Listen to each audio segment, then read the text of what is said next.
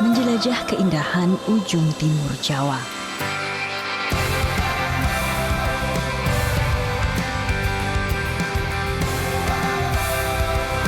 Panorama bahari, ragam flora, dan fauna yang terjaga di alamnya.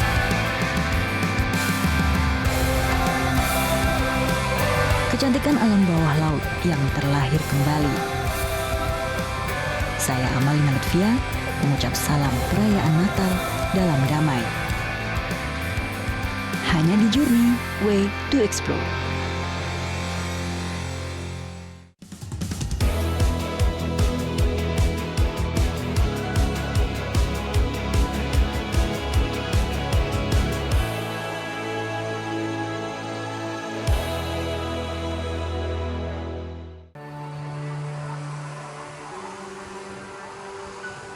Kali ini saya menjelajahi sebuah kota di ujung timur Pulau Jawa. Dari Jakarta, Banyuwangi dapat ditempuh dengan dua cara, dari darat maupun udara. Nah, cara tercepat untuk mencapai kota ini tentu dengan penerbangan langsung yang ditempuh dalam waktu 1,5 jam.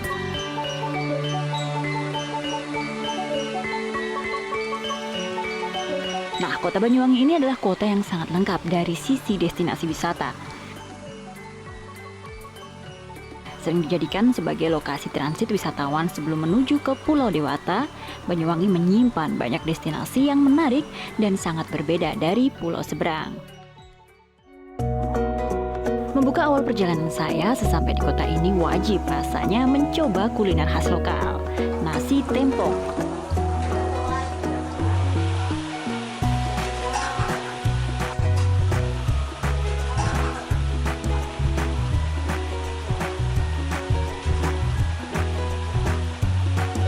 Nasi tempong bawah menjadi pilihan para wisatawan maupun penduduk lokal. Karena ramainya warung ini, saat datang kita harus sabar mengantri.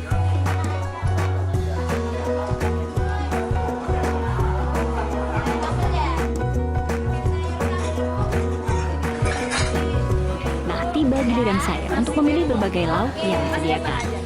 Mulai dari makanan sehat, sayur, ikan, hingga makanan berlemak yang menggugah selera seperti empal dan cumi ada di sini. Ini udah nasi tempong, Bu. Lauknya terserah. Oke, apa? Ikan asin ada? Ada ikan asinnya. Boleh ada ikan asin, Itu aja, Bu. Pete. Nasi apa lagi? Udah ini aja. Tahunya boleh ditambah, Bu? Boleh. Oke. Ini udah. Iya. Ini nasi tempong. Jadi ini saya udah tanya-tanya sekeliling Banyuwangi ini makanan apa sih yang khas di sini. Nah, salah satunya nasi tempong. Dan ini tempat yang cukup terkenal karena ramai banget. Di tempatnya Mbok Wah. Ibu, Mbok Wahyu bukan, Bu? Oh, bukan. Tapi saya boleh nanya dikit. Nasi tempong itu sebenarnya apa sih, Bu? Nasi tempong itu isinya itu nasi sama sayuran sama sambal, ada nasi, ada tahu gitu. Nanti lauknya bebas milih. Dari nasi tempong sendiri artinya kan tampar ya, ditampar jadi pedes gitu. Jadi karena saking pedesnya, Iya. itu namanya nasi tempong karena kayak tampar. Ini memang selalu ramai kayak gini, Bu. Saya tadi ngantri banget di sini. Iya. Ramai banget karena memang salah satu yang paling ramai di sini.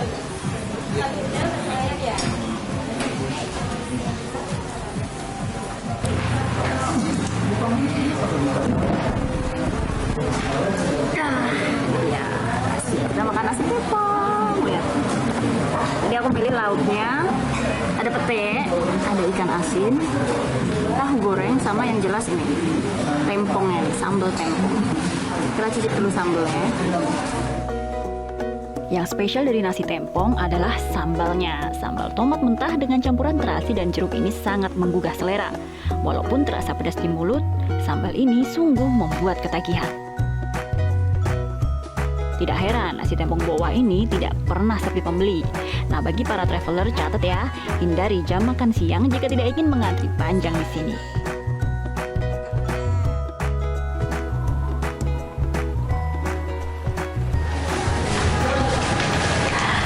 Akhirnya saya tiba di kota Banyuwangi Kota yang berada di paling timur sisi Pulau Jawa. Dan ini Hotel Ketapang Indah ini adalah juga katanya hotel yang berada paling timur di kota ini. Nah, sebelum kita lihat-lihat isi hotel, kita harus check-in dulu.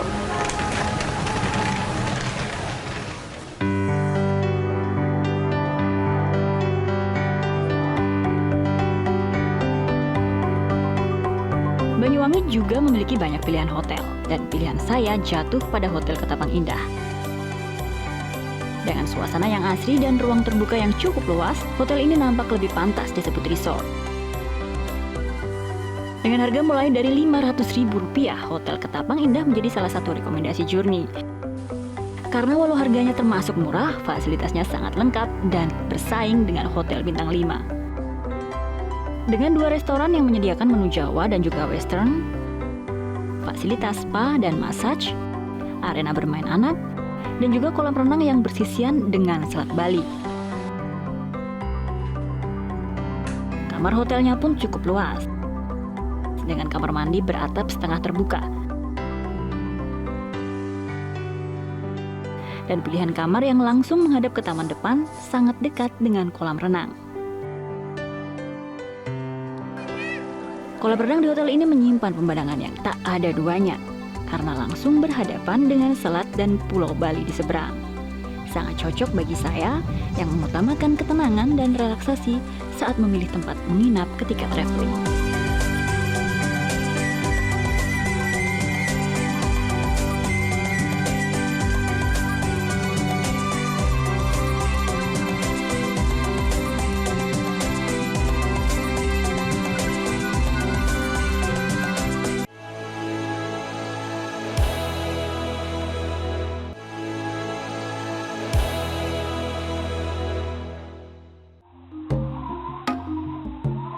Hari kedua menjelajah ujung Jawa Timur, saya melintasi batas kota Banyuwangi menuju ke Situbondo, mengunjungi Taman Nasional Baluran.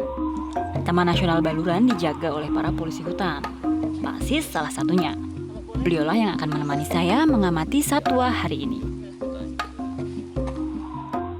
Bagi para traveler terutama yang berwisata bersama keluarga, Taman Nasional Baluran dapat menjadi salah satu pilihan.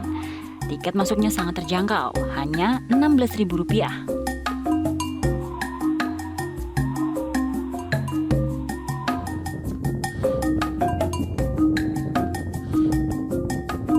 Sampai di puncak menara pengamatan terlihat savana yang membentang dan juga hutan di area seluas 25.000 hektar ini.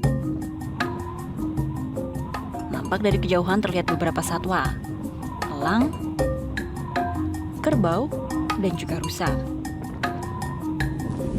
Lumayan ya Pak ya, banyak kelihatan tuh rusa, ya, terutama dia gerombol, ya. Gerombol, dan ada beberapa kerbau ya Pak ya? Iya, memang kalau pagi begitu, jadi rusa nanti minum, juga ini nanti agak-agak siang langsung di tempat yang berteduh. Oh, dia kepanasan.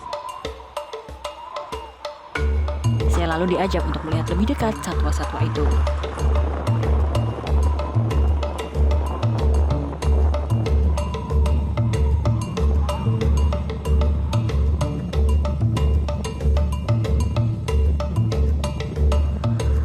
Inilah ikon Baluran yang seringkali menjadi lokasi favorit wisatawan untuk berfoto. Savana Bekol. Savana terluas di Pulau Jawa dengan wilayah 300 hektar dari total 10.000 luas savana di Baluran.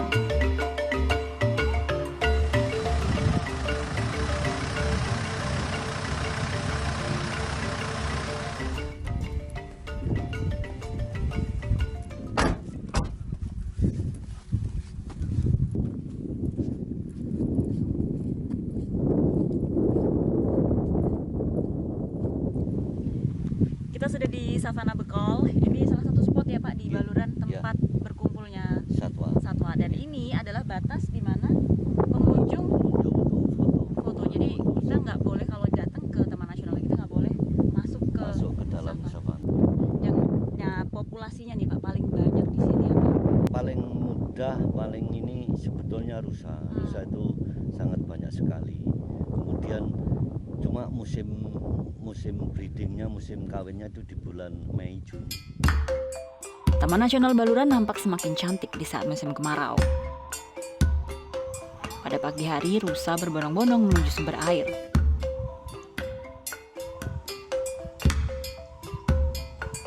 biasa, Baluran juga menjadi tempat hidup burung merak. Nah, sayangnya karena sudah lewat musim kawin, merak-merak di sini tak lagi memamerkan ekornya. Yang paling banyak dijumpai bahkan saat memasuki jalan Taman Nasional adalah monyet ekor panjang. Taman Nasional adalah sebuah wilayah konservasi yang sangat dijaga ekosistem alaminya. Satwanya pun harus tetap dilepas liar. Maka sangat dilarang bagi para pengunjung atau wisatawan memberi makan satwa termasuk monyet karena dapat mengubah perilakunya. Di dalam area Baluran juga terdapat breeding banteng yang kini disebut dengan suaka satwa banteng. Pengembangbiakan banteng di sini dilakukan karena sempat terjadi penurunan yang cukup signifikan dari satwa yang masih satu keluarga dengan sapi ini. Pengembangbiakan di sini pun dibuat sealami mungkin hingga banteng-banteng di sini masih bersifat semi liar. Ini jadi kita sudah di penangkaran apa namanya apa Pak di sini Pak? SSB. SSB. Suaka Satwa Banteng. Suaka satwa banteng. Di sini bukan diternakan ya Pak, Dikembangkan dibiarkan. Ini jantan yang hitam. Jantan, iya, yang jantan. Terus kemudian yang coklat itu ini betina. Kalau anak-anak ini coklat semua ya Pak ya? Kalau anak-anak coklat kalau masih kecil. Nanti kalau yang sudah menginjak dewasa, kalau jantan sekitar umur 1,5 tahun sampai 2 tahun baru akan berubah hitam. Sebenarnya apa yang susah dari pengembangbiakan banteng ini Pak? Kalau banteng itu kan satu-satunya di Taman Nasional adalah di Baluran. Jadi awalnya masih inilah kerjasama dengan TSI, Taman Safari, mungkin cara pengelolaan atau cara penanganan perawatan itu mengikuti itu, kemudian sambil disesuaikan dengan alam. Jadi meskipun banteng ini di SSB ini di kandang, tapi kita cara ngasih makan makanannya sama apa yang dimakan di alam, biar nanti kalau dilepas liarkan mereka juga beradaptasi langsung. Jelang sore saya kembali menuju ke kota Banyuwangi, menutup hari di sebuah hutan dejawatan. Disinilah lokasi favorit wisatawan untuk mengabadikan foto. Jalan setapak di antara pohon trembesi.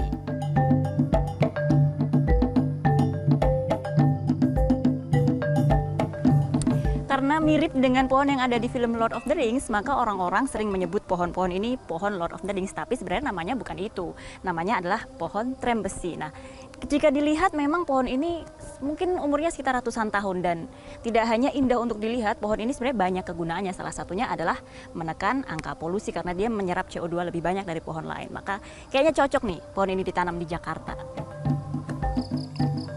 Selain penyerap karbon, pohon trembesi juga menjadi penghasil oksigen. Dengan 1 hektar hutan trembesi, oksigen yang dihasilkan cukup untuk dihirup oleh 1.500 orang. Nah, dari daunnya yang rindang pun pohon ini juga dapat menurunkan suhu udara hingga 4 derajat Celcius. Jelang matahari terbenam, suasana hutan dejawatan semakin eksotis. Nuansa misterius terasa ketika matahari mulai nampak berwarna oranye. Dan di hutan inilah saya menutup perjalanan saya di hari kedua ini.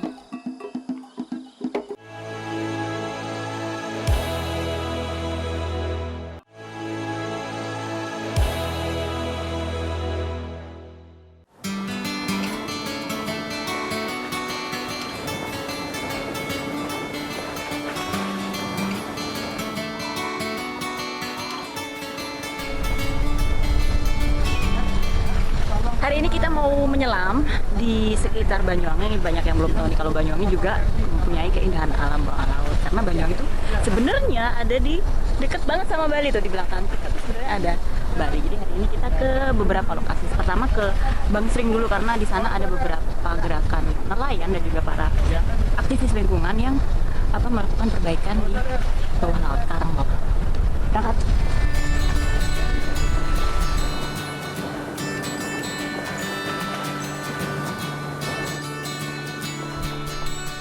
Perjalanan menuju pantai Bangsering dari hotel dapat ditempuh dalam waktu 15 hingga 20 menit menggunakan kapal cepat ini.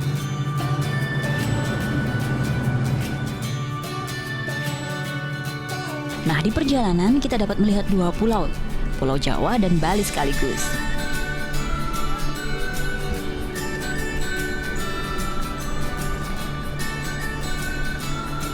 Sampai di pantai Bangsering, kami pun merapat ke sebuah rumah apung. Rumah apung ini didirikan untuk kegiatan bawah laut diving, dan juga snorkeling, kegiatan yang paling banyak digemari oleh wisatawan yang datang kemari. Rumah apung dan kegiatan wisata di Pantai Bangsering diinisiasi dan secara mandiri dibentuk oleh kelompok sadar wisata desa setempat.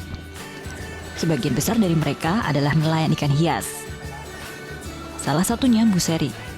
Bu Seri atau akrab dipanggil Buser menjadi anggota aktif pengelola wisata di sini. Selain melayani wisatawan, Buser dan para anggota lain juga aktif melakukan rehabilitasi karang bawah laut Bangsering yang sempat mengalami kerusakan karena cara pengambilan ikan secara ilegal.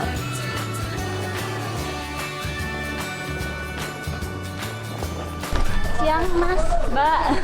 Halo, siang Mbak. Mas Buser benar? Oh iya, bisa. Saya udah kontak-kontak Mas tadi kan janjian. Akhirnya kita datang. Ini rumah apung ini juga swadaya Mas. Iya, rumah apungnya ini bantuan dari reward dari KKP. Kita nelayan di sini mengelola konservasi yang memang dibentuk oleh kelompok kami, kelompok nelayan ikan hias. Akhirnya kita dapat reward. Oh, tapi nggak hanya ikan hias sebenarnya. Ini salah satu yang dilakukan Mas Buser ini bersama teman-teman, terutama di desa Bangsering ya Mas ya. Bangsering. Ini namanya apa nih Mas?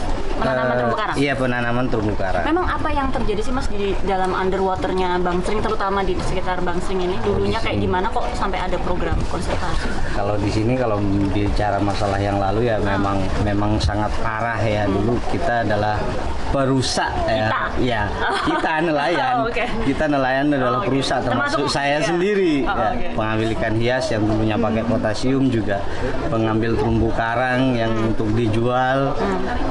Namun setelah ada kelompok ini, alhamdulillah kami dibentuk oleh ketua-ketua kami, dibagi tugas. Yang saya dulunya mengerti tentang terumbu karang, saya dijadikan seksi konservasi di sini untuk karena Mas yang merusak, Mas lah yang harus bertanggung jawab nanam lagi. Bersama Buser saya diajak melihat keadaan bawah laut Pantai Bangsering.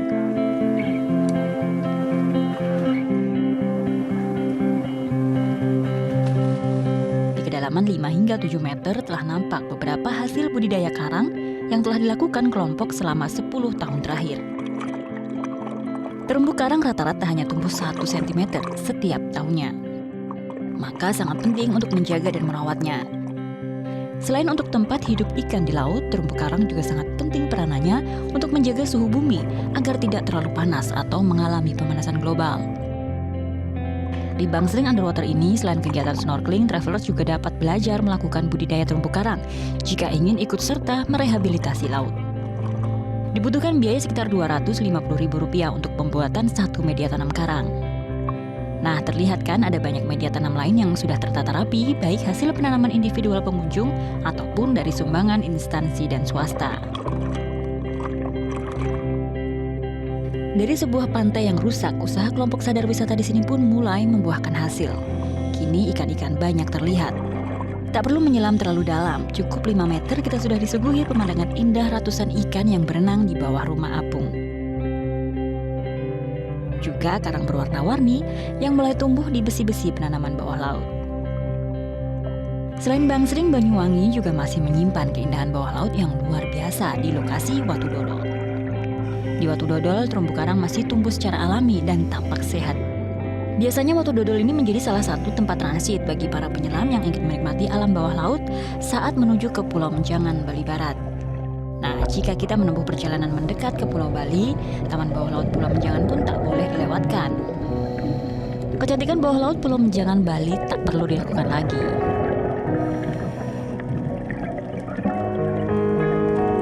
Penyelaman terakhir saya bersama dengan para penyelam dari Banyuwangi diakhiri dengan penghiasan pohon Natal di bawah laut. Kami mengucapkan selamat Hari Natal untuk para traveler dan juga saudara yang merayakan. Semoga damai selalu menyertai kita semua.